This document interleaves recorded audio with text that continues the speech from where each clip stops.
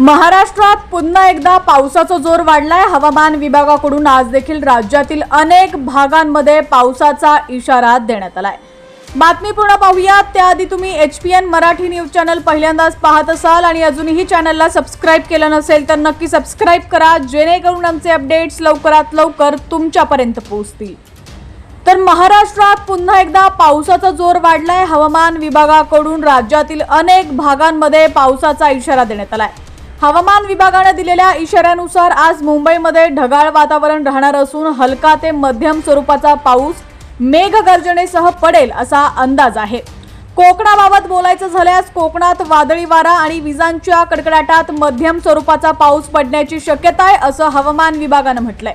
विदर्भामध्ये देखील आज हवामान विभागाकडून मध्यम स्वरूपाच्या पावसाचा इशारा देण्यात आलाय। विजांच्या कडकडाटासह पावसाची शक्यता आहे। मराठवाड्यात देखील आज पावसाची शक्यता आहे। मराठवाड्यात विजांच्या कडकडाटासह आणि वादळी वाऱ्यासह पाऊस पडेल असं हवामान विभागाने म्हटलेलं आहे।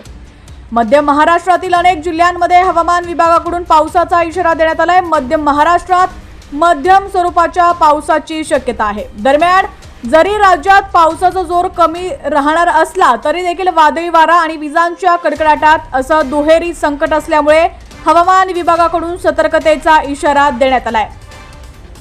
दरम्यान पंढरपूरमध्ये देखील पावसाला सुरुवात झालेली आहे। सोलापूर जिल्ह्यातील अनेक तालुक्यांमध्ये पावसाने आपली दमदार हजेरी लावली आहे।